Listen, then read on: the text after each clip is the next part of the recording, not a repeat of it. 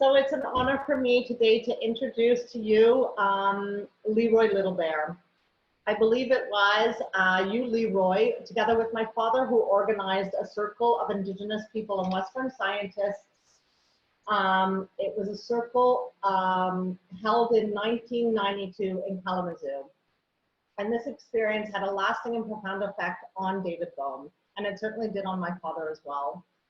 Leroy Little Bear was born and raised on a Blood Indian Reserve, 70 kilometers from Lethbridge, Alberta. Leroy has served on numerous government commissions and boards, and his legal advice is widely sought on such significant issues as land claims, treaties, and hunting and fishing rights. He is currently professor at the University of Lethbridge, Canada.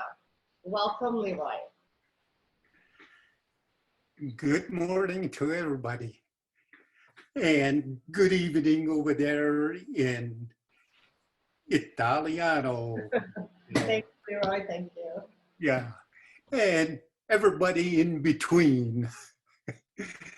Yeah, I'm very honored to be part of this speaker series and to be able to share some thoughts with you people with regard to science and some of the things that the late David Bohm was really delving into. One of the comments I made during, on the panel with regard to when it was being shown and so on, and after the documentary, was that David Bohm and I became one almost instantly because we were kind of thinking about the same type of things, He was delving into ideas that, struck a deep chord in me because they were very similar to ideas that spoke to where Blackfoot people and other Native people here in North America spoke from. And, and we hit it right off the bat when we first met. And so that's why I was saying we instantly became one because we were thinking about the same type of things and so on. And so I'm very honored to be part of this speaker series. And I want to thank the Pari Center and all the people that are involved for giving me this opportunity to be able to share some thoughts with you.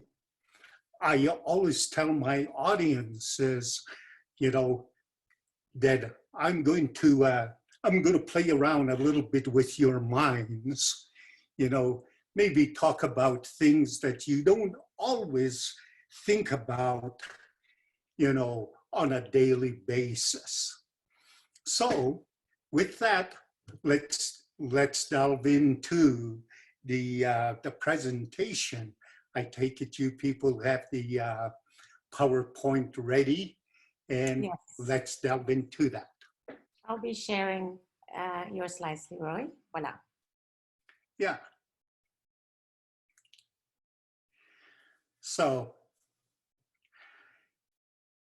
let's go to the next.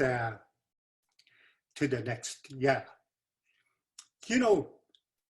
Most of us, as the slide says, simply get up every morning, and we do.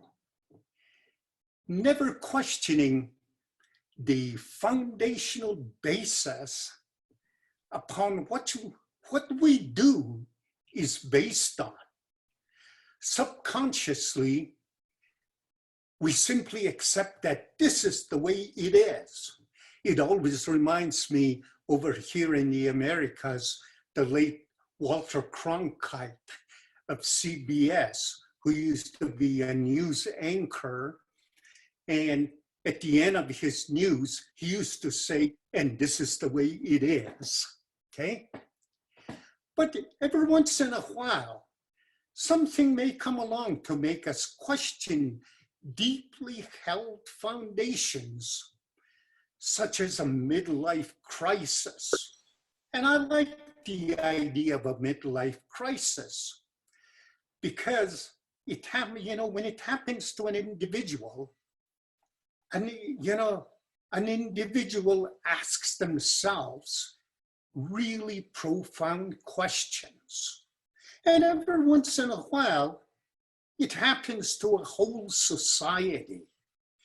And right now, COVID-19 is making us think about what we call the normal. So we are going through, on a societal level, a midlife crisis. And I think it is a good idea to go through a midlife crisis exercise periodically. Next. Yeah, let's go to the next slide. In fact, I'm quoting over here the Pari Center.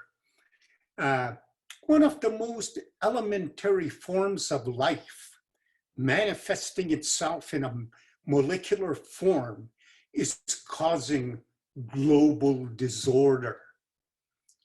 It presents a firsthand look at how fragile our so-called normal system really is. But I'm not wanting to talk too much about COVID-19. What I do want to talk about to you is for us to take the opportunity COVID-19 presents to us to stop and reflect. What are the foundational basis? What are the metaphysics of our sciences? And where are those metaphysics taking us? Do we ever stop and think about that when we wake up in the morning? What do I mean by metaphysics? Well, metaphysics are the foundational basis of our thinking processes. They are the criteria we use on a moment-to-moment basis, a day-to-day basis, and are so embodied in us that they go unquestioned, unstated, and taken for granted, but they form the basis of our beliefs, what we do, and how we relate. See? And when we wake up in the morning, we never think about those things. We just think, oh, this is the way it is. See? COVID-19 is giving us an opportunity to question those foundational bases. Let's go to the next. You see, all societies at one time or another lay claim to a territory. And within that territory, a culture arises from the mutual relationship with the land. A culture consists of these paradigmatic concepts, values, and customs. The paradigms are the tacit infrastructures members of the society use for their beliefs, behaviors, and relationships.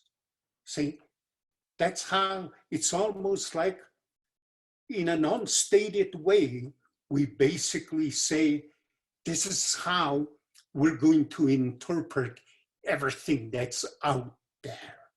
See. Next. The metaphysics of the modern Western world, and I'm looking at it from an outsider, see?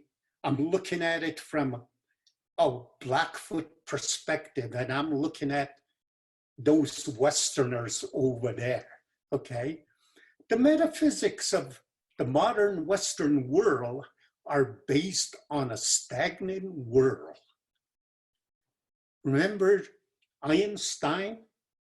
God does not play dice with the universe. In other words, this is the way God made it, and it'll always be that way.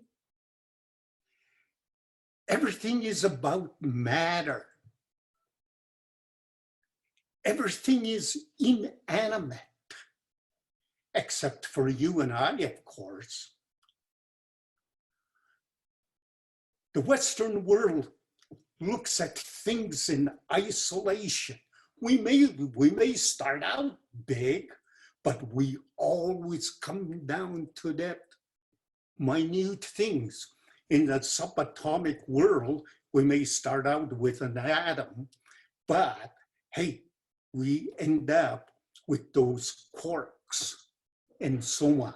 See, we always come down to the smallest thing. We try to isolate. We are future oriented. In other words, we're always looking ahead. In other words, been there, done, did it. Let's move on.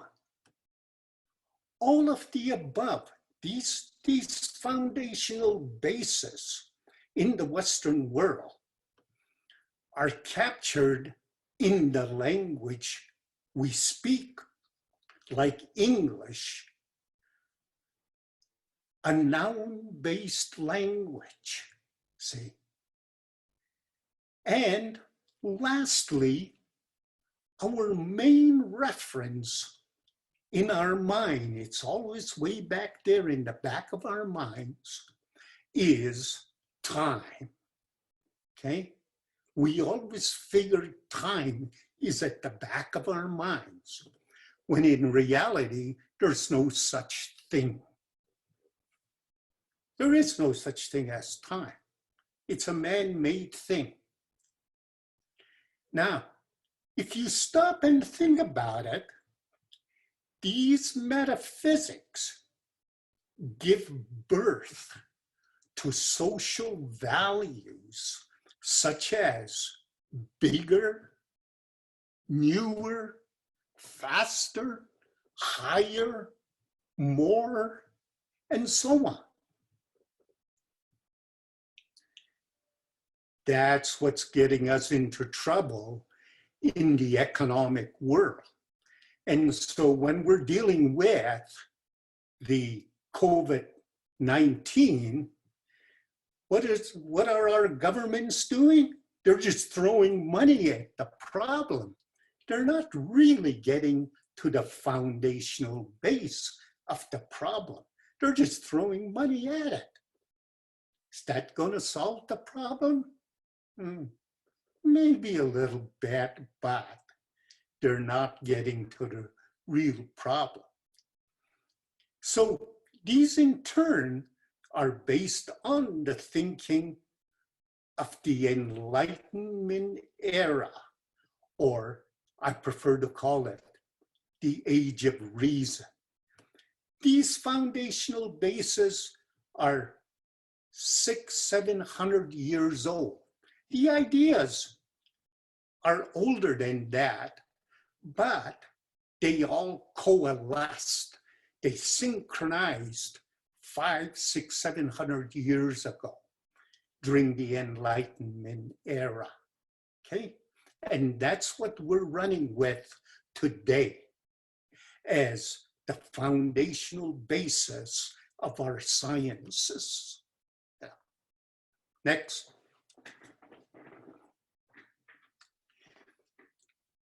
Paradigms and metaphysics are the foundational basis of a society's way of thinking, beliefs, behavior, customs, and values, as we've said.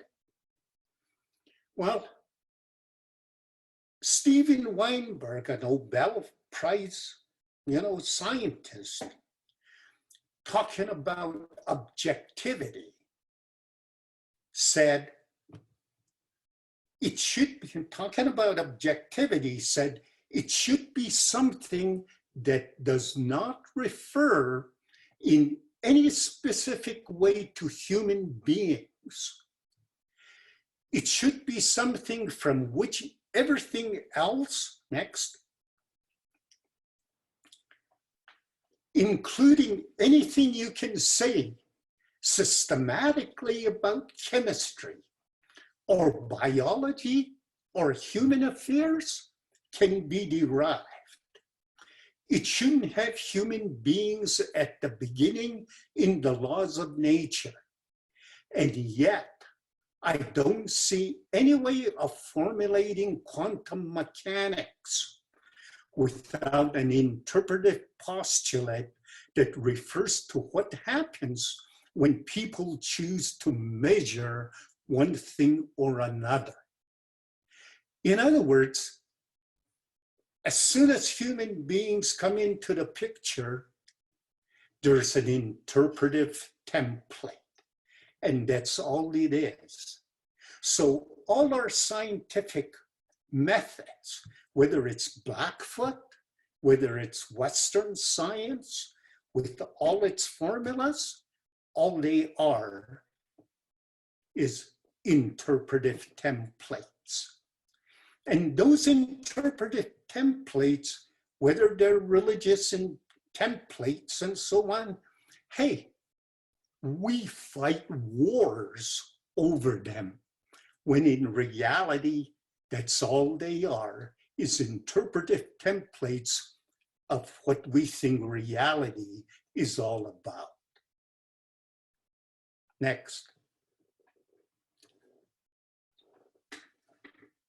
In other words, your paradigms or metaphysics are your interpretive template. And that is all they are, interpretive tools. That interpretive template becomes the foundation of your science and science methodology. Blackfoot science has a different interpretive template and therefore a different approach to science.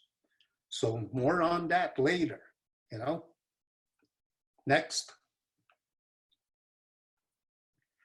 The Age of Reason came into existence during the 16th century in Europe.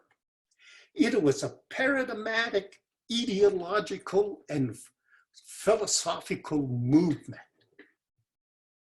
It was about rationalism, a belief that you can come to know or arrive at truth strictly through reason, as opposed to faith, reliance on the past, intuition, and metaphysics. It gave rise to deism. We can come to know everything through our gift of reason from God. God made an orderly universe, and it is good and beautiful. God does not play dice with the universe. It was a situation where, for instance, it was a movement against the divine rule of kings and the church. They were the ones that were educated. They wrote the books. They had the libraries, and, you know, the commoners didn't have that. And so it was saying, we don't need to go to those libraries. We can come to know everything through reason. See, it reminds me of students that say, I don't have to go to the library. I can ask Siri, you know. Next. The Age of Reason, it seems, was a counter movement to the old establishment of the rule of kings and divine rule of kings and reliance on tradition.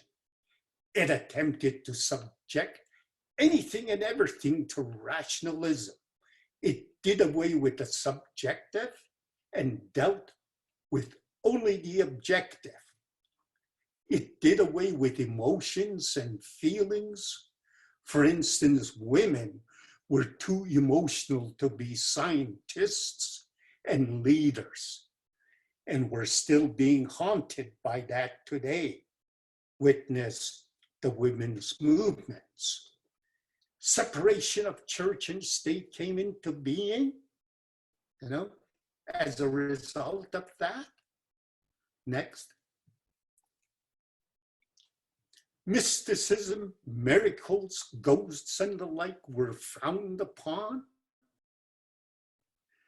Measurement, and hence the role of mathematics became the foundation of the scientific method. Simply put, experimentation and pure reason can bring about knowledge.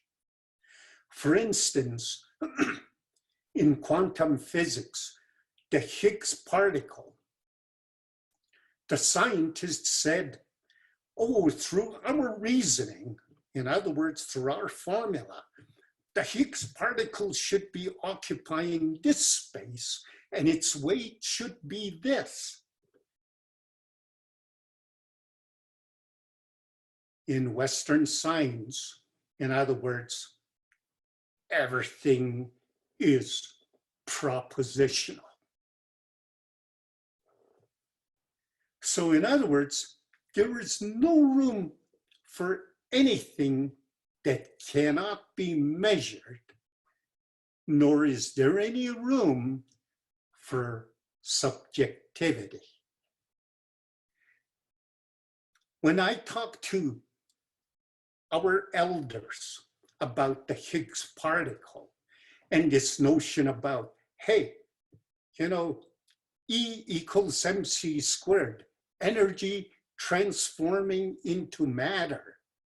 How does that happen? And see, in Western science, we're trying to find how does that happen? That's where the Higgs particle, and it's not even a particle, it's a field. And they simply said, oh, that's the spirit, it's the waves, it's a phase that they goes through to manifest into a matter, and it can go back again. See? They had no problem understanding that. See? Next,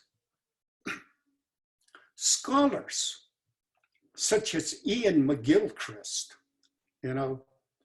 suggests that we have become largely left-brain thinkers.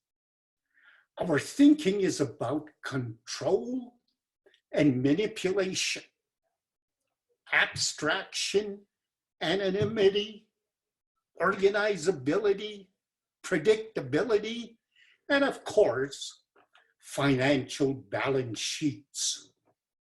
Most universities are now saying, hey, you have to go and search for, research funds, because they can take certain percentage of those research funds for you to get promoted. In the process, justice gets interpreted simply as equality. The left brain does not understand things, but simply processes them. The right brain is the basis of understanding. The left brain prefers the explicit, not knowing that making things explicit is like explaining a joke. You see the point. See? So, our approach to knowledge in the Western world is largely declaratory and propositional, but not experiential. Next. Now,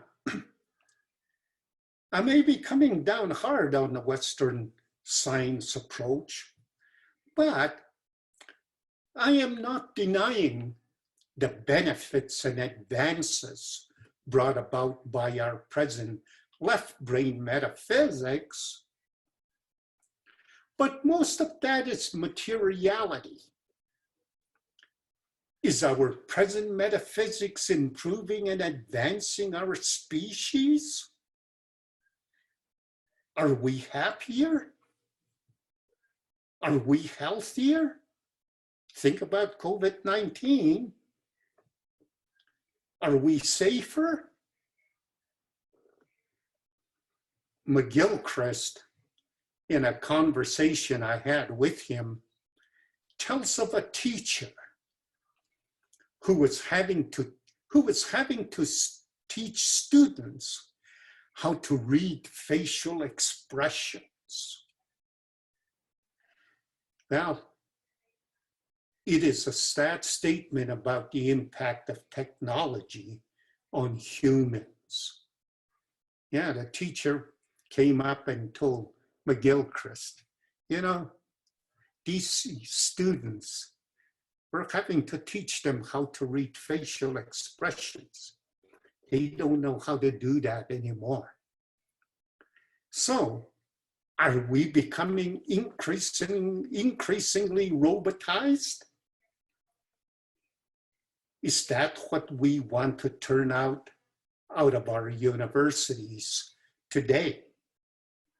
And I'm a bit concerned about that because I work at a university. Yeah. Next. Von Goethe, way back in the late 1700s and early 1800s, did challenge the principles of the Age of Reason. One can say he was a forerunner of quantum physics. He had a spiritual approach to science. For him, the observed and the observer interacted. But Goethe's science was about wholeness, integration of other fields like art and notions of quality. Then in the early 1900s, quantum physics came on the scene. It was about uncertainty, particle-wave duality, non-locality, constant motion, and probability. And people like Jeremy Hayward, spirituality was missing. Well, think David Bohm. He was challenging some of the major scientific assumptions. That's why he was digging deeper into, the thinking processes. That's why he was thinking about consciousness. That's why he was talking about hidden variables. Forget about all these formulas. Let's get at the deep thinking processes. That's what David Bohm was really after late in his life, in spite of the fact that he wrote a very influential work on, quantum physics. Yeah, next. Now, the Age of Reason was in full bloom at the time of colonization of North American Indians. This was in the 1800s. But because native science, like Blackfoot science, was about wholeness, spirituality, waves as opposed to particles, everything being about relationships and everything being animate, it was totally discounted by the rationalists, in other words, by the scientists, because it was not about measurement and mathematics, not that we didn't know how to count. Hey, you could, if you know how to count in Blackfoot, I can count to infinity, no problem. But there comes a point you say, what's the point counting to infinity, you know? For the rationalists, it was nothing but mythology. It was not taken seriously. But let's take another look, okay? And let's go through the foundational basis of Blackfoot thought. Yeah. Next. Yeah. Flux is one of the foundational bases of native thought. Everything is always in motion. It's not stagnant. Next. Everything is about energy waves. And in fact, you can say that the energy waves are the spirit. That's why our people are always talking about the spirit. It's the spirit. Those energy waves are the spirit. You know, those energy waves are, and they're the ones that know. You're just a conduit through which those energy waves flow through, you know. Next. Everything is animate in the Blackfoot world. Everything. There's no such thing as inanimate. Whereas in the Western world, everything is inanimate except for you and I, you know. But in the Blackfoot world, everything is animate, you know.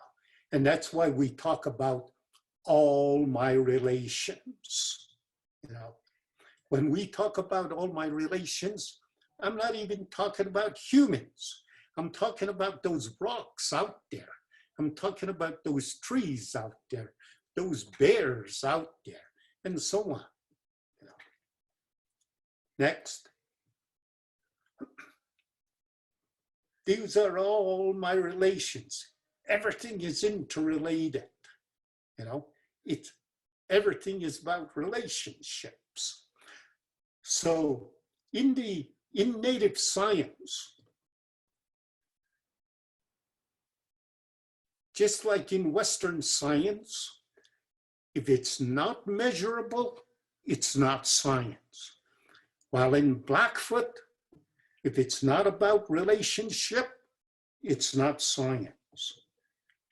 So, to a large extent, from a Blackfoot perspective, a large part of Western science is not science because it's not about relationships. Next. Everything, you know, has to be renewed, you know, because we live in a very narrow spectrum of existence, ideal conditions. Think COVID-19. We live in a very narrow spectrum of ideal conditions. If we play around with those ideal conditions in that narrow spectrum, we may not be around for very long.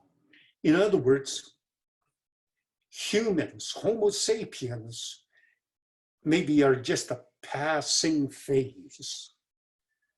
See? And if we hope to be around, we have to keep those conditions, maintain those conditions that make for Homo sapiens. And that's what native science is geared towards, sustainability. That's what renewal is about. Most of our native ceremonies are geared towards renewal. And this has a lot to do with education. That's the reason why we repeat the stories. We sing the same songs.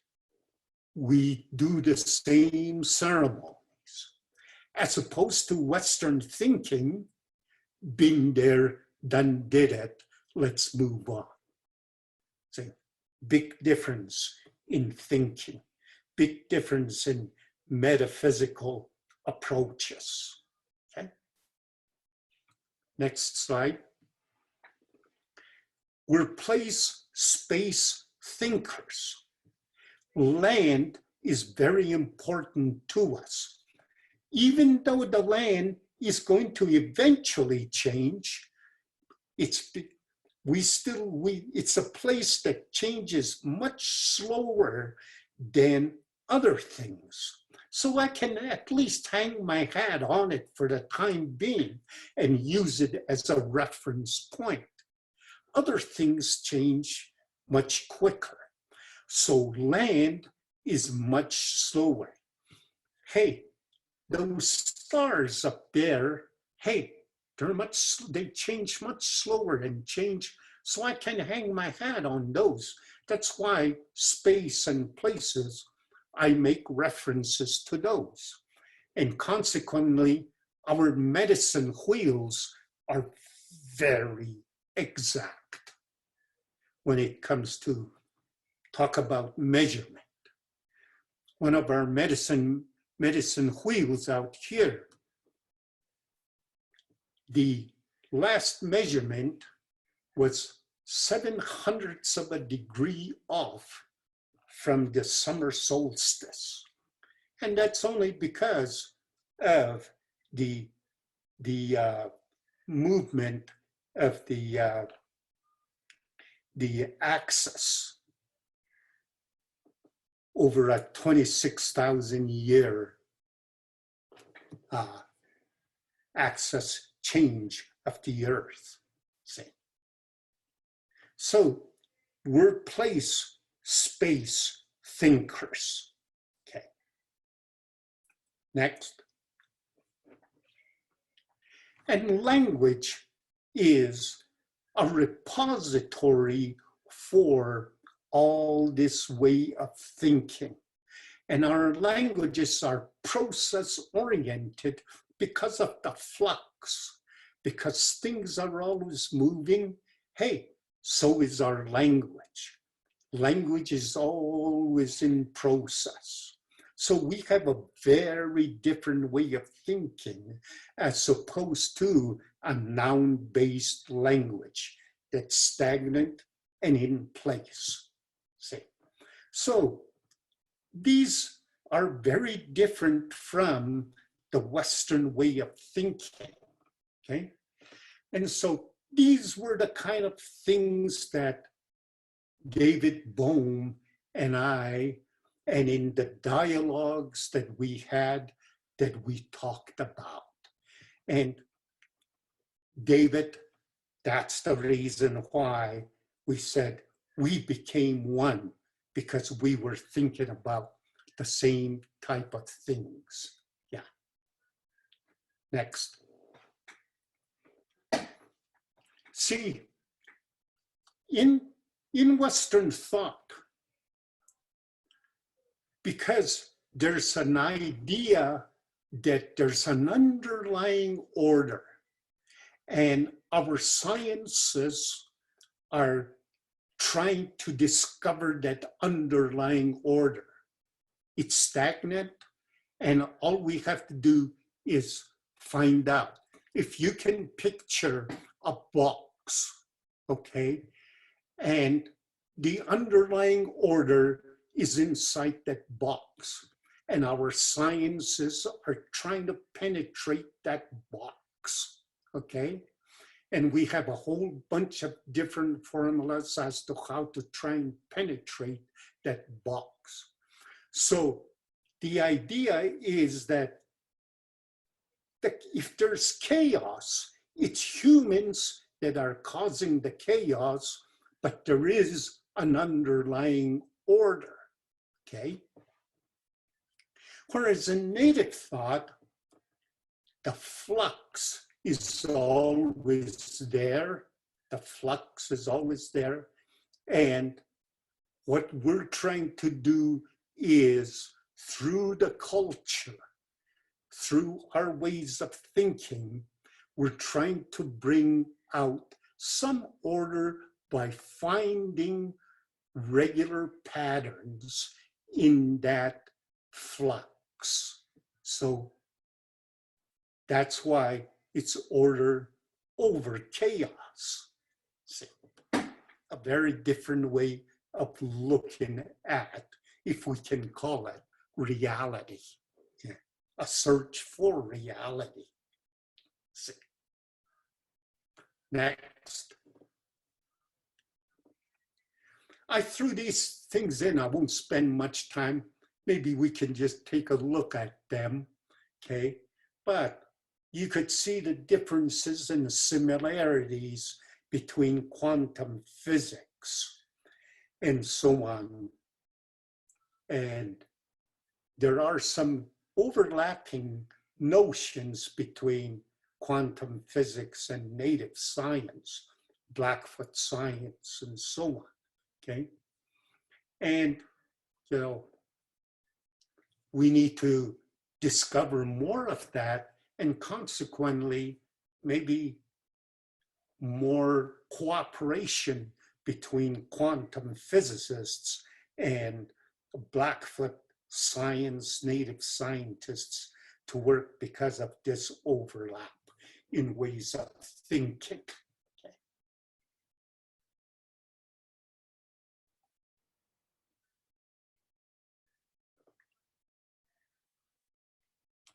Okay, next.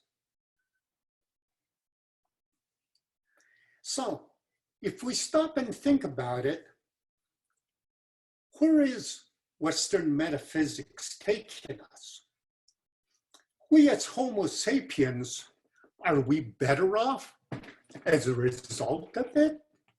Is it really advancing the reason for our existence? If we ever stop and think about it, is our current metaphysics just another passing phase? Maybe there are, if we stop and think about it, maybe there are other metaphysics that we should take a good look at while we're in these lockdowns and, you know, during this COVID-19 period. Next. Western science is largely aimed at exploration. Native science is aimed at sustainability. As we've said, we exist in a very narrow gap of ideal conditions.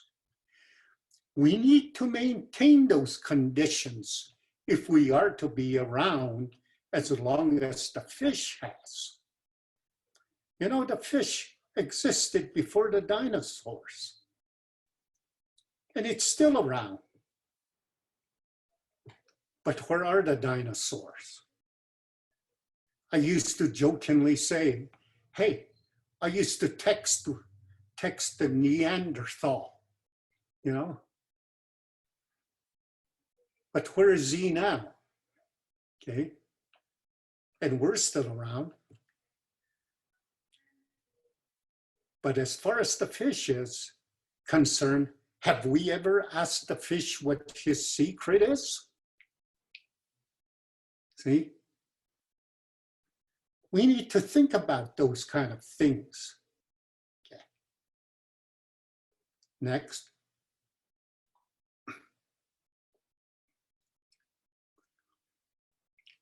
Next. I have used Blackfoot metaphysics to compare to Western metaphysics. I blame our schools for the products they turn out as students. Our universities and colleges are the present gatekeepers of knowledge, just like the church and monarchs used to be. But could it be that our gatekeeping methodology is out of date? Think about it. If you go to an Apple store or to a computer store, and you show them your iPhones and so on, they would tell you it's out of date. You know, get a new one. Well, could it be that our left brain metaphysics is increasingly leading us down a pathway of short-term gratification through materialism? Let's stop and reflect. Blackfoot metaphysics is, as an example, is waiting in the wings. Reconciliation with nature will go a long way towards rethinking our science. We have to rethink our present approach to torturing nature to reveal its secrets. Remember Francis Bacon? We have to torture nature to reveal its secrets. It used to be, and that's our approach. We have to torture nature. And it's always humans against nature. When in reality, we should, incorporate ourselves into nature. Things might be much better if we did that. Next. COVID-19 is giving us an opportunity to reflect about the normal. Because the normal is the problem. And it's worth saying that again. The normal is the problem. That normal is based on metaphysics we never question. We just take for granted that that is the way it is. When in reality, they are just interpretive templates. Western science is all about measurement. Native science is about relationship. Our challenge is to reconcile those two fundamental approaches to science so that we can open new science doors. That's what we need to do.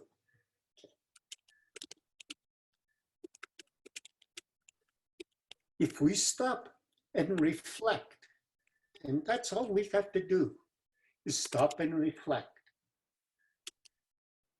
on our approach to sciences, I think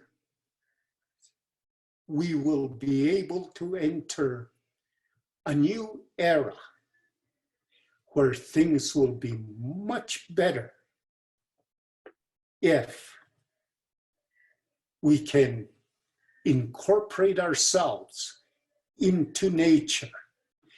Things like COVID-19 will not be a problem anymore. If I'm not mistaken, I think that was the last that was the last slide. Oh, yeah. My closing comment is that though David Bohm was a scientist in the true sense of the word from a Western metaphysical perspective, though he wrote an influential book on quantum physics, he will be best known for his thoughts and ideas about the implicate order, hidden variables, his searches into the depths of consciousness. In other words, he was a scientist who was not afraid to attempt to open new science doors based on very different metaphysics. He understood that Western science was just one way of many interpretive templates for reality structuring.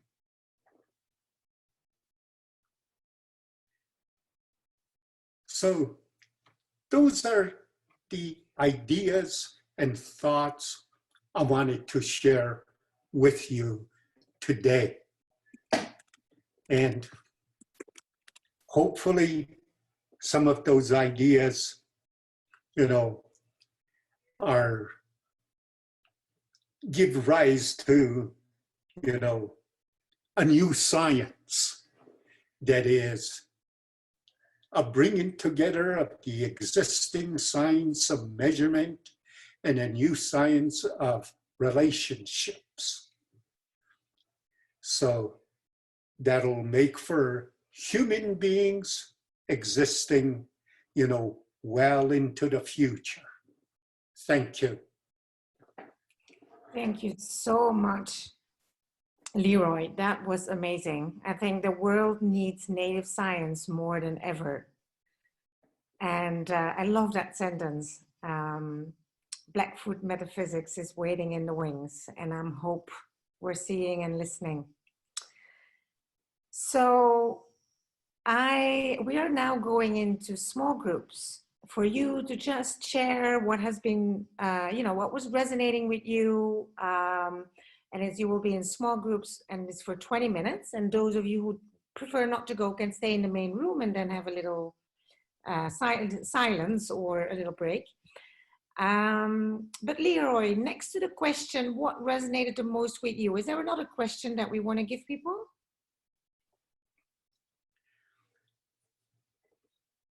Well, I guess I would say all of you, every morning, you wake up, and we've done it so often, we don't even notice it. But we go through a renewal process. And when you woke up this morning, how did you renew yourself this morning? Wow, that's a beautiful question. So with that, enjoy the breakouts. How did you renew yourself this morning? You will receive an invitation on your screen, just accept it. You have 20 minutes, and then we'll come back to share insights and some reflections and questions after that until the end of the call. So enjoy and see you in 20 minutes. And Eleanor is now going to click the magical button. Okay, welcome back, everybody. I hope you all enjoyed that moment. I don't know if anybody has anything they'd like to share. Otherwise, we do have some people that would like to ask questions. So in order to ask a question, you can either write it in the chat or use the raise hand option. Otherwise, just physically raise your hand and we'll look for you and get to your question. So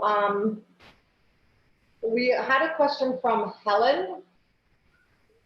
Helen Leal, about a language. I don't know if Helen, you wanted to ask a question yourself? Helen is still with us. Otherwise, Leroy. Okay, I'm here. Perfect.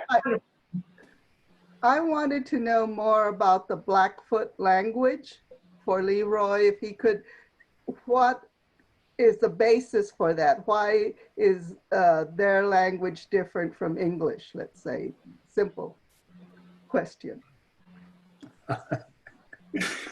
Well, it's, you know, it's very hard to, give you the differences with English, for instance, in a very short while. But I can just give you a couple, maybe two, three examples. Let me start out with a very simple example, and that is, in English, we say, let me put it this way. The ordinary English sentence, simple sentence, is A is B, or A equals B, okay? Mm-hmm. Well, if A equals B, there's a whole bunch of, ramifications of that, okay? And one of them is that if A equals B, why do you need B? Oh. Okay? If A equals B, why do you need B, or why do you need A? In Blackfoot, all you need is A. In other words, I'm it. I don't need a reference. So in English, it means you always need the other. You always need the other as a reference. Wow, thank you. Yeah. In English, for instance, the other example that I always use is, it's very binary, dichotomous, and that is the example I use teaching my classes is, I always, if you drew a dichotomy of good and evil, okay? Well, the dichotomy is that there's a watertight boundary between good and evil. You cannot be good or evil at the same time. It's watertight. In other words, it's always either or. Okay? And so the game or trick I play on the students is, I say, let me throw a word at you, and I just throw any stupid word at them. What side of the dichotomy does it go on? And they end up guessing, and they say, don't know. And then I tell them, okay, let me give you a word now that we all know about. And I give them the word sex. Okay? Good or evil. Okay?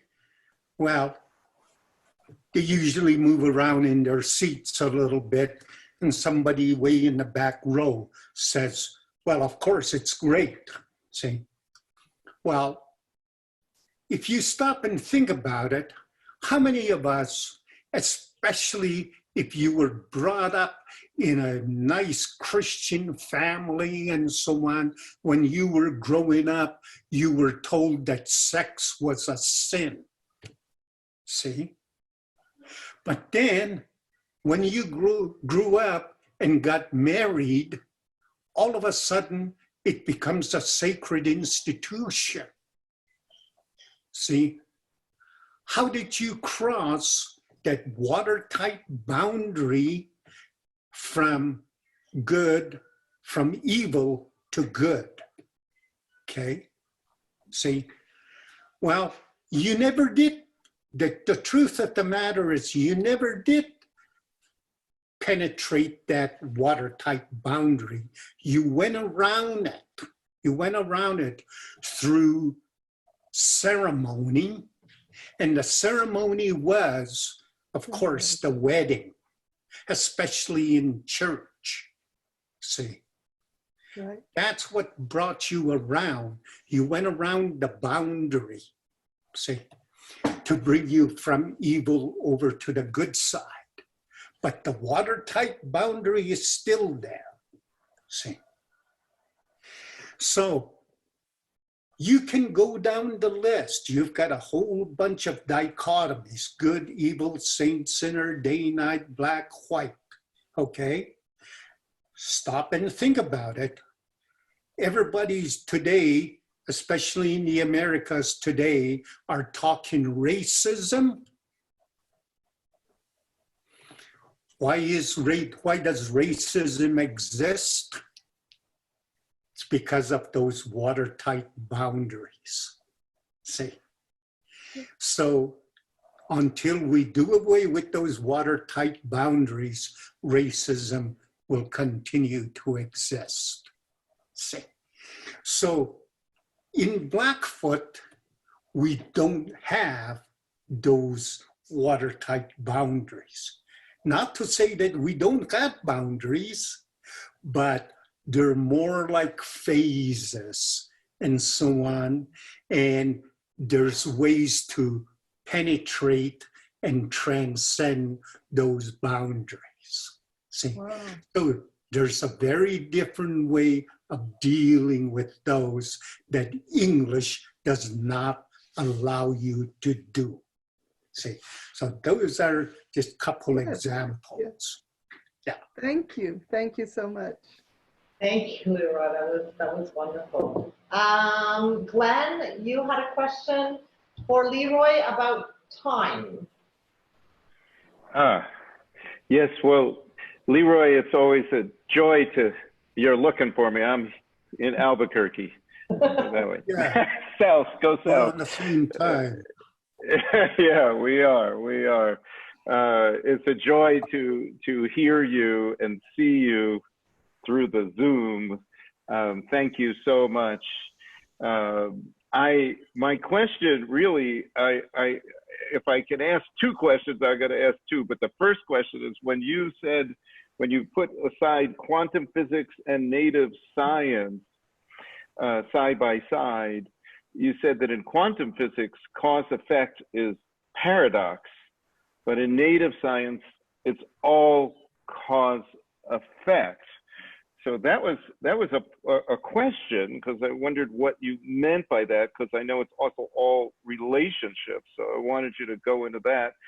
And if there's time, ironically, I love to hear you always speak about time, whether it's the other thing was how time just is in native science. So really, please, thank you. Well, if he was still alive, Stephen Hawking says the same thing. It just is, okay? So if I can look at it from a big picture first, in science, there's three big pictures about, and that is, there's science of the local, which is what we dwell in on a daily basis. And that's what Newtonian science deals with. the science of the big is what Stephen Hawking deals with. And to some extent, Einstein. And that's the, astrophysics. And then there's the science of the subatomic science. And, when we're dealing on a daily basis, it's kind of like we're dealing at this science of the local. And we can, say a little bit about tomorrow. In Blackfoot, we would say, Apinakosi. And we would say, Mr. Apinakosi, the day after tomorrow. And I can work backwards. Matuni, yesterday, Mr. Putuni, day before yesterday. But beyond that, everything, what would be past, present, and future, all amalgamate into just is. See? In other words, the big picture. Just like in science, the science of the small, the subatomic world, and the science of the big. Hey, the science of the local and the rules that go with it just don't apply, okay?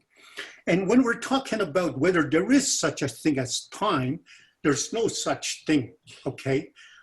All we're doing is taking two objects, whether they're planets, whether they're stars, and so on, and we're measuring the movement of one body against the movement of the other. And we're using a third body, usually ourselves or our earth, as the third body, and making it stand still and using those to measure the movement of the bodies, whether they're planets or stars and so on. And we're referring to that as time. So, the universe is too big for us to see if there is anything as time. So it's all made up. There's no such thing. The only thing that matters is the now. And that's all there is. That's all we've got is right now. That's all that matters. You were asking about, the notion about it's all when we're talking about at the quantum level, all these effects, it's all cause or it's all effect. Well, that's the only way you can look at it from a Blackfoot notion. The world it's all effect, or it's all cause, okay? But you can't stand far enough back. In other words, you cannot step outside of the universe to say, oh, there's something that's a cause, okay? Or that it's an effect of something, see? And that's why we're putting it in terms of it's all effect or it's all cause. You try to back up far enough to get a bigger picture, but you can't step outside of the universe to say that there is a cause or that it is a cause or an effect, see? So, because we're in it, it's hard to, and our minds are not big enough to be able to take it all in.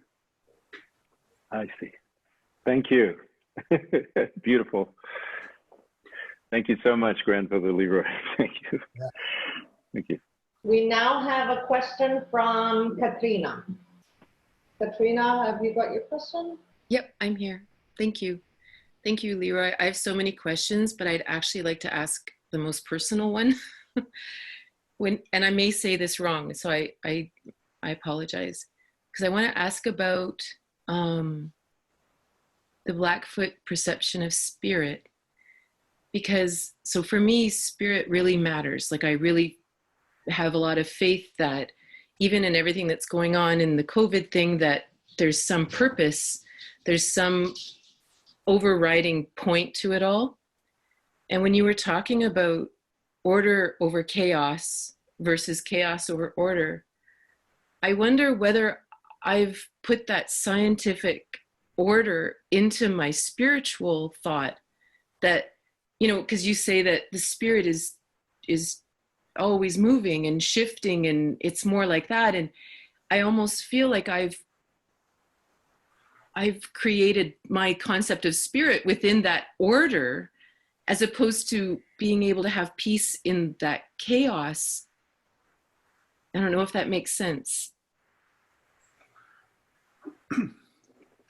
Well, the thing is, when we're talking about the flux, okay, the flux is made up of those energy waves, okay, and there's different combinations, there's formations, it's deforming, reforming, transforming, and so on all the time, okay.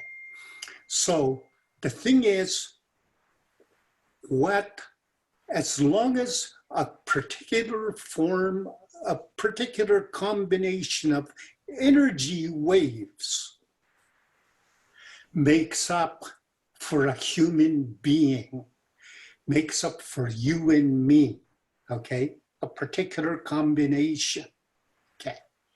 And just like in science, the four major forces, you know, the strong nuclear force. The strong nuclear force is what keeps things together, okay? The weak nuclear force is what breaks things apart. It decays things, and so on. So the strong nuclear force is what brings together. So to a large extent, what keeps the energy waves that makes up a person is the strength of that person, the will, and so on, to keep that person, in other words, to keep those energy waves together to make that person keep going, okay? And that's what that renewal in the Blackfoot paradigms is about. Renewing those processes. You always have to renew those things that make up the person, that makes up the society, and so on. You have to renew those. So that's what the renewal paradigm is about. Okay. When the weak nuclear force that makes things decay, hey, it's kind of like when the will to live is not there anymore, the energy waves start to dissipate, okay? And I guess that's where death comes about. Thank you so much. Thank you, Leroy. Beth Macy, you had a question for Leroy?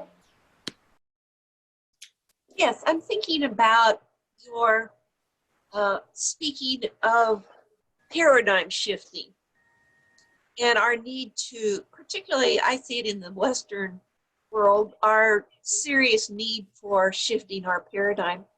And I'm curious, from your Indigenous viewpoint, is it enough for us to just think about our current paradigms to bring about that shift? Or is there something more that we need to do than just being aware of and thinking about them? Is it rational, or is there something more experiential that needs to happen?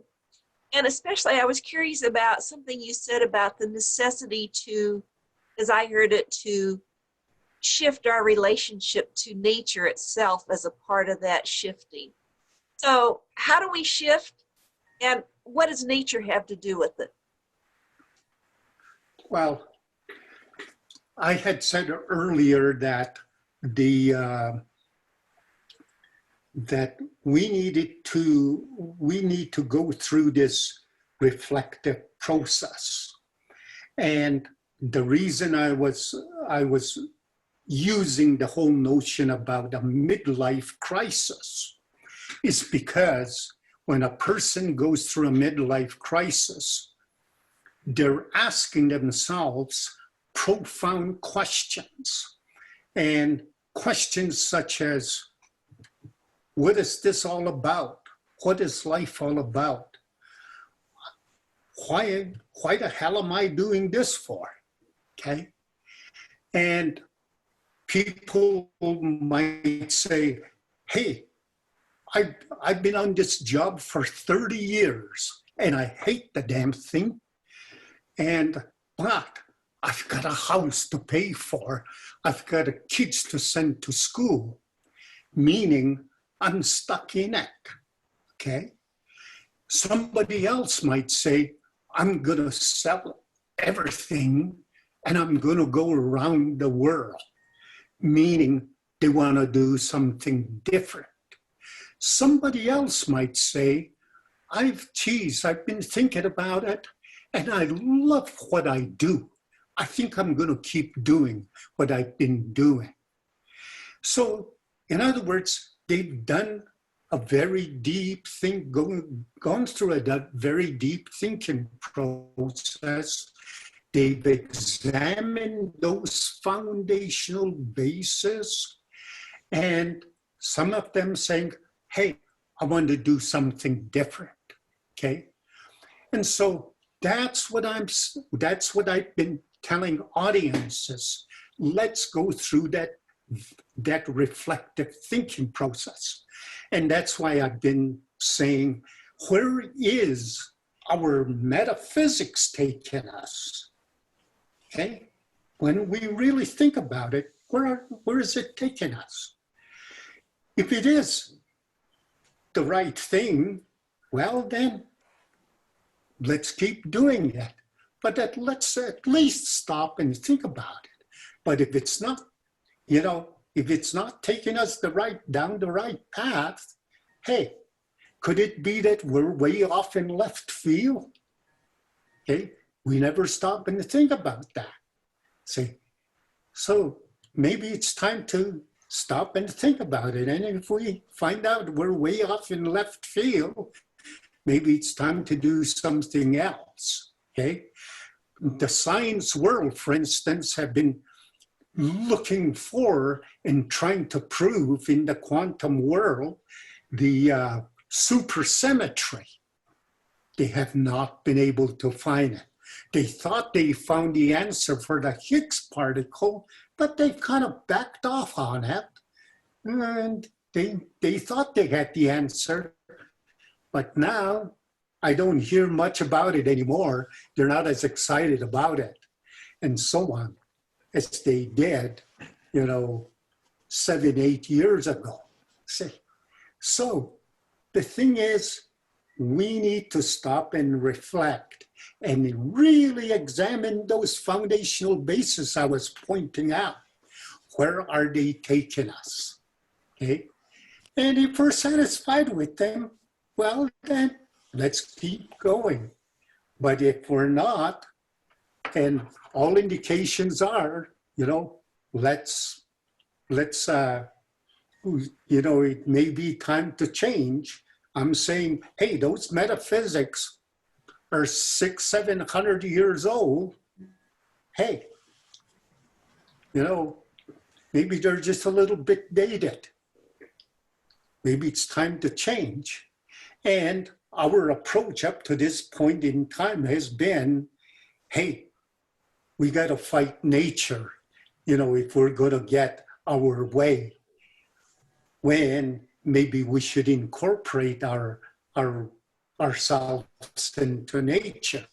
Because when you stop and think about it, when it's man versus nature, nature always wins out. Thank you, Leroy. Martha has a question for us. Martha? Yeah, thank you. This is also fascinating, and I'm actually a very new, I've just recently learned about David Bohm through a course on worldview that I took, and it was just a slight little mention, and I went into this deep dive to learn more about him because he was such a fascinating person. And I'm a designer by trade, but I teach English because I moved from New York to Switzerland, so English is the skill that I have. And there was a mention made by Henry Bortoft about how language, he was really talking about the subject predicate form of grammar and how it shapes our worldview. And I couldn't help but wonder, but what is it like in spoken languages that are not written? And is that not just a European worldview? And then I discovered Leroy Little Bear, and I just felt like, wow, this is so fascinating, because everything that you described sort of substantiated what I believed, that yeah, language is related to culture, and everything, a little bit black and white, but I think everything that we of European descent have done in the world is kind of Cartesian and quantifying as opposed to qualifying. So I'm not really, it's more of a kind of, does anybody have experience with spoken dialects? Because the fascinating thing, I live in Switzerland, and we are a country that it's a very strong European power, yet the German dialects are incredibly present. And I think it's fascinating to see, like, in which cultures does a dialect, the non-written language, remain strong. And if you look at how the Romans passed through Europe, and they were not, it was the soldiers and the merchants. It was not the educated, elite, religious people who spoke proper Latin. It was the people who spoke the vulgar Latin that shaped Spanish, French, Italian, Portuguese, Romanian, all of these languages. So I teach English, and it makes me think about languages and how the spoken language is what is most important, which leads me in a hopeful way to think that maybe we can shift our worldviews by shifting our relationship with our language. And we can look to Indigenous people, Indigenous cultures, learn from the way they speak, the way they relate to nature, and kind of retrofit our completely messed up culture. So it's more of like a big thought, and I invite anybody to contribute their input. Thank you. Let me give you an example talking about this, and I use this many times, this example, and that is talking to a Haida Indian from the BC coast over in British Columbia. And that is, to make a long story short, we were talking about dynamics without motion. Now in English, dynamics without motion is an inherent contradiction, okay? Well, the Haida elder thought about it for a while, and he said, oh, we can explain that. He said, you go out on the ocean in their canoes, and he said, go out far enough into the ocean where you cannot use the land as a reference point. In other words, be out in the middle of the ocean. And you know that your canoe is moving because you're rowing the canoe, okay? But 360 degrees around you, you're always the same distance from the horizon. That's dynamics without motion. See, whereas in English, it's an inherent contradiction. So there's things that Blackfoot language, Haida, Navajo will allow you to do that English or a Euro language will not allow you to do. See? And that might be a very promising, very, it may have great potentials for science. So we don't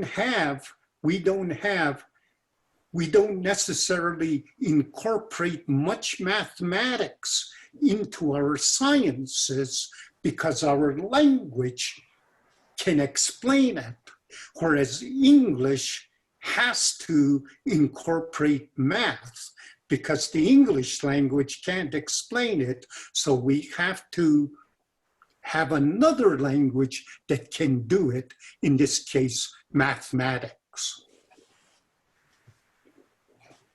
May I speak, Leroy? This is Angelita from the Dialogues.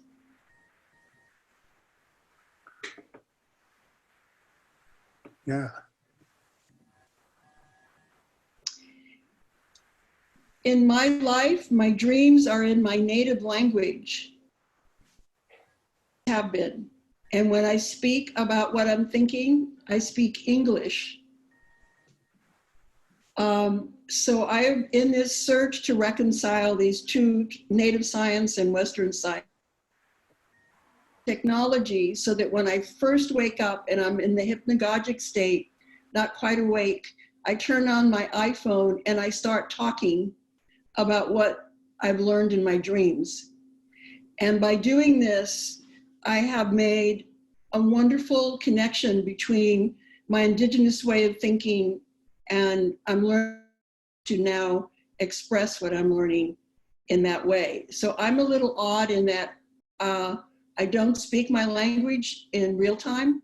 It's a dream language for me, but this is how I'm trying to contribute to this really important topic that Leroy is addressing and that people are asking about. Thank you. Yeah. Well, in the Western world, again, because of this dichotomous notion, we've limited ourselves either just to a state of awakeness. And we only treat things in a state of awakeness as the real world, okay? We don't deal with things in the dream world, in the spirit world, and so on. Whereas in the native world, hey, those are part of the real, those are part of the real world because they are real experiences, okay? We actually experience them, and therefore we can draw on them. So where we draw our information from is much wider in scope in the native world than in the Western world. In the Western world, where they draw their information from is very narrow. Everything outside of that is discounted, okay? So what you're saying is very true. Okay, we have 4 more questions and we're totally running out of time, but Frank, you had a question for Leroy? Yes, thank you very much. Leroy, first of all, thank you so much. I was so looking forward to hearing you, and this has been a delight. I'm just wondering, from a Blackfoot perspective, I come to you and I say, how do I respond? Like right now, we're in a situation in history, so to speak. How do I respond to the current polarization, divisiveness, violence in a way that doesn't add to the divisiveness and conflict to define so much of the public discourse? Because I find it there's a lot of anger, there's a lot of resentment across the political spectrum. So how do I respond in a way that doesn't add to further incoherence, so to speak? From a Blackfoot perspective, I'd be interested in hearing that. Well, most of us have been responding very, at a very superficial level with all this, whether it's COVID-19, whether it's racism, whether it's responding to all the, government policies and so on. But none of us are really, really dealing with the deep basis of where they're coming from to understand why those things are happening. And that's where these metaphysics that I've been referring to operate. All those things that are happening over here at the surface have their roots at these metaphysical bases, okay? Let me give you one quick example. In 350 AD, plus or minus, Saint Augustine was having a sleepless night, and he was wrestling around with the idea of one of the commandments, 10 commandments, thou shalt not kill. And because he was worried about what we now refer to as the Holy Land, which is the Middle East now, being run over by infidels. And he wrote a note to himself on his iPad. It is not a sin to conduct holy wars against infidels, okay? And he put that away. He just wrote that to himself. Well, around 10,050, somewhere's in there, the Pope of the day, Urban II or somebody like that, the Pope of the day discovered the hard drive, and he saw that. It is not a sin to conduct holy wars against infidels. Guess what happened? The Crusades, all of a sudden, in other words, holy wars happened. And from there, hey, all the holy wars and so on, inquisitions and so on, and they're still happening, see? And to a large extent, those are the root causes of today's racism, see? But nobody has done the deep-rooted aspect of it, see? So people have to understand those. If you understand those, you begin to see why those things happen. So if you stood back a little bit, you begin to say, oh, that's why, which then means education, our universities and colleges should educate about those kind of things, and hopefully things will change. Thank you, Leroy. Okay, just one more question. Brian, you had a question for Leroy?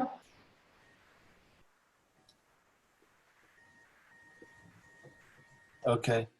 Hi, Leroy. Thanks so much for this. It's I love it. I love it. I'm coming in as an artist, and there's so many diverse range of people here, and so my question, just to keep it quick, is the work of scientist David Bohm brings so many fields of study and people together for this discussion. Most interesting is the difference between the rigorous logic of science and this intuitive knowing of spirituality. And, as an artist, I'm more of the latter, although in painting, like in science, there's trial and there's a rigor to it. And I would like to just hear you maybe talk a little bit about this, this knowing that we can have and arrive at the same points that science, points to. Maybe you could talk a little bit about this. Well, the thing is, my favorite scientist has been Einstein, but then I also use him a lot in my examples with talking about science. And his definition of science was a search for reality, okay? But what happens is, whether it's science, whether it's culture, whether it's government, we're always drawing boundary lines. We're always drawing the boundaries, okay? And science is, and especially Western science, is drawing very hardcore boundaries.